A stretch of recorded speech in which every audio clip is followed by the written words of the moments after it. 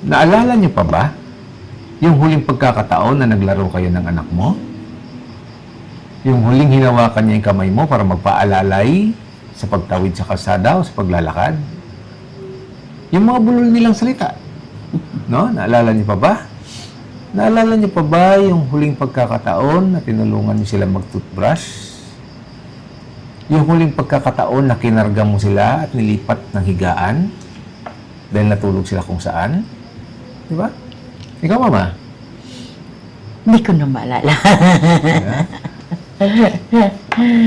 yung huling laro nyo, di ba? Ano yung nilaro niya nun? Kung naalala niyo man yun, di ba, Mama? Kung naalala mo man yun, hindi mo naman siguro napansin na yun na pala yung huling pagkakataon Na maglalaro kayo. Na bata pa sila. Bata pa sila. Ano ba yung mga laro niyo nun, Mama? Ikaw, naalala ka? Kami, talaga nung medyo, nung high school na sila, batuhan bola habang malakas ulan. Pero malaki na sila. Malaki na kayo, high school na sila. Yung maliit, yun, hindi ko matandaan talaga. Promise. Kami noon, kasi marami kami nilaro, pero hindi ko maalala kung ano yung huli. Yes. Di ba? May mga kilitian kami sa wrestling, may... Nung Kabakabayuhan. maliit pa sila noon. Oo. Nung lumalaki-laki na sila, hindi ko na kaya kumayo. Mababali na likod ko. Di ba? Shagidi sa popo, naalala ko nga pala. Diba? Shagidi sa popo. Yung mga ganun-ganun pa eh. Pero... Totoo na laro naman talaga natin yan. Pero, siyempre, hindi ko matandaan yung huli naming paglalaro. Yes. Ako din, hindi ko rin matandaan. Yung huling, lalo na nung bata pa sila eh.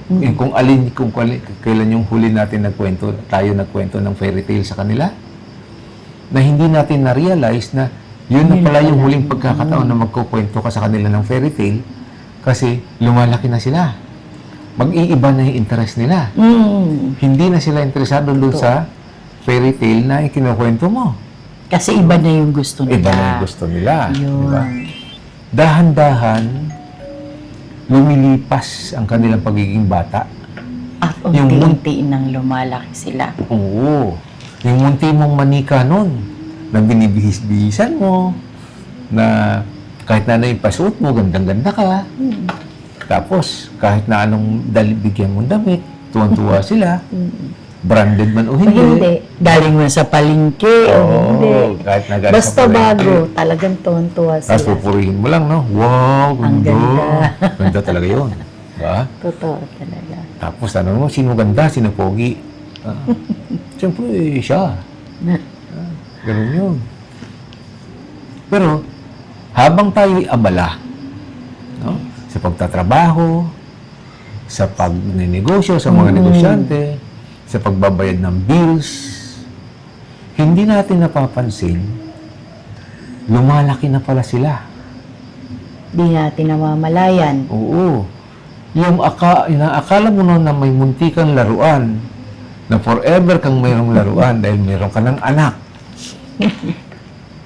Lilipas pala. Oo. Mawawala din. Hindi siya mawawala, pero lalaki siya. Iba na nagiging Oo. gusto nila. Habang lumalaki sila, nagbabago na yung gusto nila. Iba-iba na talaga. Alalahanin nyo, mayroon ka lang 10 birthday na ise-celebrate sa anak mo. Na bata Nang pa bata siya. On the 11th birthday niya, teenager na yon, Yes. diba? Nagbabago na yung orientation niya. Dumadami na yung circle of friends niya. Marami na siyang choices na sasamahan. Dadalang niya yung pagsama niya sa'yo. Diba? Totoo.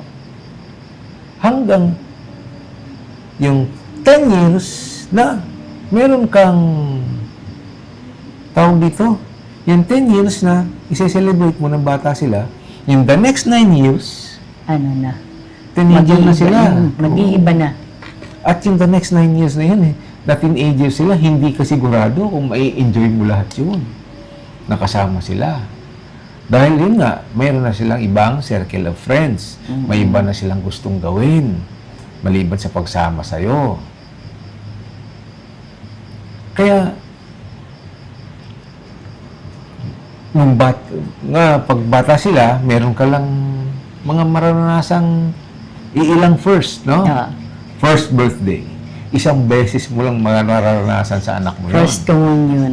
First communion niya. Ah, Yung first day in school niya. yes. Di ba?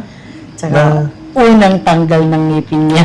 Oo, yung magsusumbong siya sa'yo dahil natatakot siya dahil yung ngipin niya umalog at natanggal. oo. Yun yung mga unang-una talaga. Oo. Dapat, at marami pang ibang first, na dapat sa mga first na yon, hindi ko na maalala kasi iba, pero dapat sa mga first na yun, majority doon, nandun ka sa tabi na. Nandun sa ano. Sabayan mo siya, nasamahan mo dapat siya maranasan yon. Yung first time niyang manood ng sine. Yes. Di ba? Ako, first time ko nanood ng sine, natatakot ako eh. Oo, totoo yun. Yung kanta ni Yoy Bilyaw ba yun? Ang Bisaya yun eh. Una niya nanonood ng sine. Naranasan ko yun. Natakot ako. Biro mo yun? Kasama ko tatay ko nun. Tayo yata, mga ilang sine. Mahal kasi sine eh. Ilang sine lang napanood natin, mama? Ang dami din. Batman. Magkakasama tayo. Shrek. Tapos Superman. Superman ba napanood natin? At Plastic saka Man. Plastic Man. Oo. Tsaka, hindi ko na matandaan yung iba. Oo nga. Pero yung pinakatanda ko, Batman, Shrek, Plastic Man. Pero marami pa tayo na panood. Pero marami, nag-movie marathon kami. Mga, Kahit sa loob ng bahay lang. oo. Ayun, mas mura. Basta kami nga apat, laging magkakasama. Oo, hihiram lang kami ng Yes. CD dun sa, Mag-aapila lang kami sa Video City. Oh, yeah. Tapos, Ano? ano yung mga pinapanood natin? Marami. Mga morbid na pelikula pinapanood natin. Marami. Matutulang yung mga... Kasi yun yung ano, yun yung ano natin banding. Oh. So, ano, panood natin yun. Halos lahat ng series ng So nung una. Tsaka yung... Pero high school na sila noon. Tsaka yung Final Destination. Nung bata, yung mga TV shows lang. Mga ano Barney. lang. Barney, at saka ano. Kaya kabisado ko yun. Barney, Bugs Bunny, Power Rangers, Remy, Powerpuff Girl. Powerpuff Girls, Teletubbies, di ba? Si Sedi, ang munting prinsipe, panukulat yun. Panood Yun namin yung lahat yun. pinapanood namin. Siyempre, sabay kami manood kasi nagkukwentuhan kami, nagtatanong sila. Kailangan natin Oo, kailangan anuhan. sagutin. Sagutin. Yun. Pero, yun nga, dahan-dahan yung lumilipas, hindi nagpapaalam. Magugulat ka na lang kung hindi mo napapansin, tapos na ang pagiging bata nila. Kaya po kung kayo bata pa yung mga anak nyo, Sikapin nyo. Na nandiyan kayo lagi sa tabi nila. Tsaka pagkakataon nyo na yun. Doblehin nyo pa. Kung hindi nyo nagawa nung mga unang taon, nasamahan sila sa karamihan sa pagkakataon na nandyan sila, nandyan kayo, pwede na kayo bumawi ngayon. Hindi nyo na makailangan maalala yung mga lumipas. Di ba? Bawi na kayo ngayon. Kasi sa totoo lang, no? Yung mga pagkakalat nila, ingay, Hahanapin ka mamaya-maya. oo, yung boses na may nagtatawag, tinatawag ka, hinahanap ka. Si mama, si papa, di ba? Kaya, Tapos yung mga tanong na hindi mo alam kung paano mo sasagutin ng tama, pero kailangan mo masagot ng tama. Yung batang gustong sumama sa'yo palagi, kahit na saan ka magpunta. Alam, dapat nandun kayo lagi. Mamimiss niyo yun eh. oo. Ako talaga na-miss ko yan. Oo, mamimiss niyo Malilit yun. pa sila. Although, hands-on kami mag-asawa sa mga anak namin. Pero nakulangan pa po kami talaga. Kulang. Oo. Talo na ako. Medyo may kasalanan ako ng konti. Kasi nung lumaki-laki na sila, nalulung ako dun sa pag-aalaga ng manok panabong. Okay lang. So, nabawasan yung time ko para sa kanila, napunta doon sa manok. So, ngayon, nagsisisi ako kasi dapat part-time ko pa yun para sa mga anak ko. Inaksaya ko dun sa manok. Hindi ko nalaman, malaki na sila. Nung malaki na sila, namalayan. may sarili ng may iba ng kaibigan, may mga grupo ng gustong samahan, may may nanliligaw, may nililigawan, may boyfriend, may girlfriend na. Iba na yung nila, iba na yung orientation nila. So na-miss ko na yung pagkakalat nila, pag-iingay, paghanap sa amin, pangungulit sa akin, ang gusto pagsama sa akin. Dati lagi na gusto sumama, malingki ka lang, gusto sumama. Ngayon hindi. Iba na eh. Oo. Pag teenager na, iba na talaga. Pero kung iisipin mo, no? Dapat, kasama mo sila. Kung kaya kayo, laruin niyo yung mga anak niyo. Habang bata pa. Para sa kanila kasi, ikaw yung pasyente na kailangan nilang gamutin. Oo. Ikaw yung dinosaur na kailangan nilang pabaksakin. Ikaw yung predator na kailangan nilang talunin. Kung maliliit pa sila, ikaw yung kabayo na gustong-gusto nilang sakyan. Di ba? Ganun yun eh. So, yung paghanap, yung pagsama naman sa'yo, kung minsan may lakad kang mamalengke ka, o may lakad kang Yung nagmamadali ka. Madali ka, gustong sumama sa'yo. Kung pwede lang, isama nyo. No? Isama mo. Kasi kung hindi, balang araw hindi nasasama sa'yo yan eh. Diba? Kahit nakakabagal, kahit kung minsan nakakadagdag bigat, dagdag alalahanin, isama mo siya. Bakit? Kailangan mo iparamdam sa kanya na hindi siya abala sa'yo. Hindi siya pahirap sa'yo. Yung anak natin, biyaya sa atin yan. Dapat iparamdam natin sa kanila na biyaya sila. Naman. Ako, gustong-gusto ko yung mga anak ko, isama ko sa palengke. Palengke lang yan. Wala naman sila na itutulong doon. Dagdag pa yan, nakapatong pa dito sa lingkod. Minsan dapat pa tayo. Oo. Nalilate sila. Apat Sarap pa kami mamamalingki. Biro mo yung mamalengke ka, may kakwentuhan ka. Kahit wala rito, wala roon yung usapan niyo, sige lang. Totoo. Masaya. Tapos, yung mga magulang, pag galing mo sa trabaho, huwag yung dire-diretso ka sa kwarto, pagod ako. Tapos hindi na lalabas, hindi kakain. Hindi kayo na lang kumain, busog na ako. Nagpakain yung boss ko.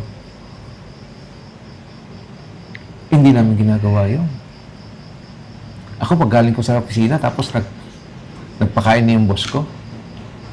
Sabay-sabay kasi kami kumakain. So, yan yung huntahan namin, yung oras ng kain, yan, no? Oo. Diyan kami nagkukwentuhan, kung ano Ano yung yung nangyari nangyari sa maghapon. maghapon. Opo. Nung bata pa kami, nung bata pa ako, bawal magsalita. Habang Kapag kumakain. kainan. Kasi gano'n naman talaga rin. Mga matatanda, no? Gano'n naman talaga. Pero, dahil sa iba na yung mundo ngayon, busy tayo eh. So, yun yung hapagkainan, yun yung kwentuhan Kami namin. naman, yun naman yung namin, pinakabanding din. Oo. Isa yun sa pinakabanding Doon mo namin. inaalam yung mga Oo. nangyayari sa kanila Sa maghapon. school, kung anong namin sa school. Yan. Kung ano nangyari. Pinagkukwentuhan Mga namin pinaglaro yan. nila. Oo. Chismis. Basta. Kumbaga sa maghapon na nangyayari. Oo. Wala. Sa Ay, maghapon na nangyayari, doon namin pinagkukwentuhan yan. Di ba? Yes. O, pag ganun, ako, kahit nabusog na ako, kumain ako sa labas, pinakain ako ng boss ko. Pagdating dito, sasabayin ko sila kumain. Opo. Totoo talaga yan. Kahit na hindi ako kakain, upo lang ako sa mesa. Kwentuhan na lang. Di ba? Pagdating ko, maglalaro kami. Pag hindi pa naghain, maglalaro kami. Manunood kami ng TV pagkatapos kumain. Pero habang before kumain, maglalaro pa kami. Hindi ako pagod. Walang pagod-pagod. Kasi sila yung stress reliever ko eh. Oo, yan. Nawawala yung pagod ko pag naglalaro kami. Kahit bugbog sarado ko na eh, wrestlingin ka pa eh, sige lang. Kabayuhan ka pa. Mm-mm. Kahit galing ka na sa opisina. Kaya kayo, laruin yung mga anak nyo. Mamimiss nyo yun. Habang bata pa. Habang bata pa sila, Totoo yan. gawin nyo na. Kasi pagdating na nagsipag-asawa na sila, Wala. pagdating ng araw na bakante na yung, katulad sa amin ngayon, no? Bakante na yung kanilang Upuan. upuan doon sa kainan. Kasi yung mga anak namin, dalawa lang, nagsipag-asawa na eh. Although tapos na sila sa pag-aaral, graduate na sila, Oo. kanya-kanya na silang at trabaho. May trabaho na. Kanya-kanya na sila Nag-uumpisa buhay. na ng pamilya. Pero, nakulangan pa kami na dapat ini-enjoy namin yung kasama namin sila dito sa pagkainan. Sa kwentuhan. Sa pasyal. No? Nakakamiss. Mamimiss niyo yan, promise. Kaya, kung nandyan pa kayo, at gusto niyo yung mga ganitong kwentuhan, pakipress na lang po ng like, subscribe, at ng notification bell. Para po manotify kayo Share niyo na mag-upload rin kami. po. Oo, share niyo na rin. Sa mga bagong Sa mga asawa, mag-asawa, nag-uumpisa. bagong magulang. Opo. Kasi baka po makatulong. Ngayon kung may mga katanungan kayo, Pwede niyo rin po i-comment nyo sa baba.